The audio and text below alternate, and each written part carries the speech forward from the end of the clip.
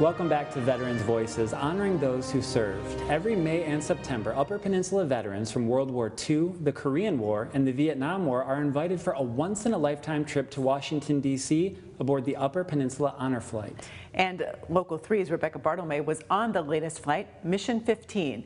Tonight, she shows us what that experience was like.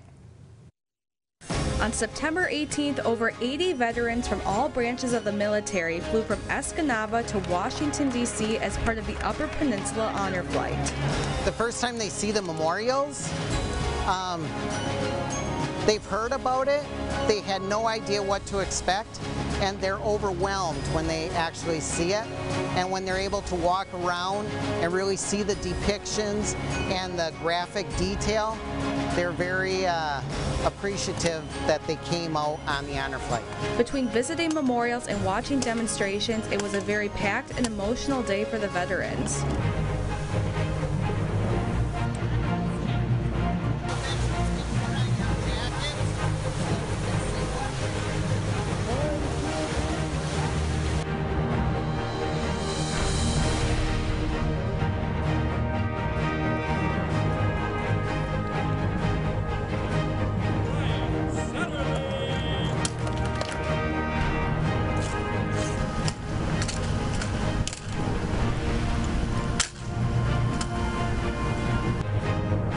One of the stops was visiting the Vietnam Veterans Memorial.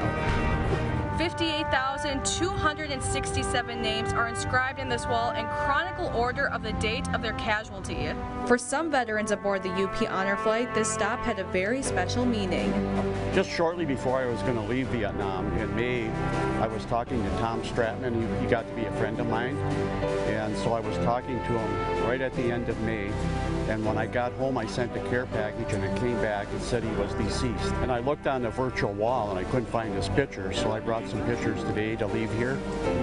So I hope that, you know, they take them and maybe they can put it on the virtual wall. I was kind of excited to come and do that because I wanted to do it for a long time. And my first cousin, Vincent Aegis, is on the wall. He was at the Marines. He was killed in Vietnam.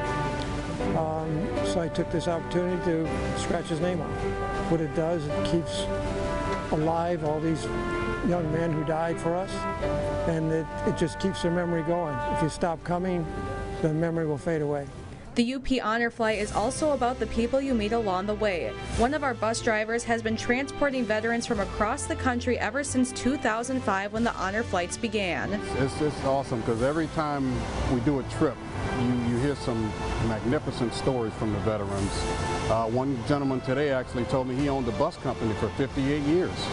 So a lot of them, they have things like, you know, bus companies, and some of them driven for Greyhound and some of the other companies and things like that. So it's always a pleasure to drive for Honor Flight. Throughout the trip, I personally got to know one veteran in particular who I sat next to on the plane, Clarence Cameron of Newberry. Clarence shared many stories with me about his life and service in the Navy during the Korean War. I spent my 20th birthday from Samosila Island off the tip of India after being in Korea for about 6 months off the coast there aboard the ship. We'd go up and down the coast shelling it, and we picked up 3 pilots and the planes that got crashed. They made it back out over the ocean, and we picked up them and rescued them. And it was quite an experience, yeah. Made the round-the-world cruise there in '52. One of the memorials we toured was the Korean War Memorial, which was special for Clarence. It was quite an honor because at first they didn't even have no Korean War veteran thing. It was sort of the forgotten war, they called it, for a long time. Sadly, not all veterans that were supposed to go on the UP Honor Flight could. I came here with my dad originally, John Martinson. He's a Vietnam veteran, and they asked me if I could be a guardian to another veteran, and I said, yes, of course I will. And his name was Dwayne Moranen. Dwayne, also known as Dewey from Eagle Harbor, served in the Vietnam War. He passed away about 10 days before the honor flight. They asked if we would bring his picture around and take him with us, in a sense, to all these other memorials and take pictures there with him. The collection of photos were given to Dewey's family. It's pretty special. You know, I hope in some way, you know, we can, you know, be a you know, help with the family, help with a little closure with the family, yeah, it just feels like the right thing to do. At the end of the day, hundreds of family members, friends, and supporters greeted the veterans' home at the Delta County Airport for the welcome home they deserve.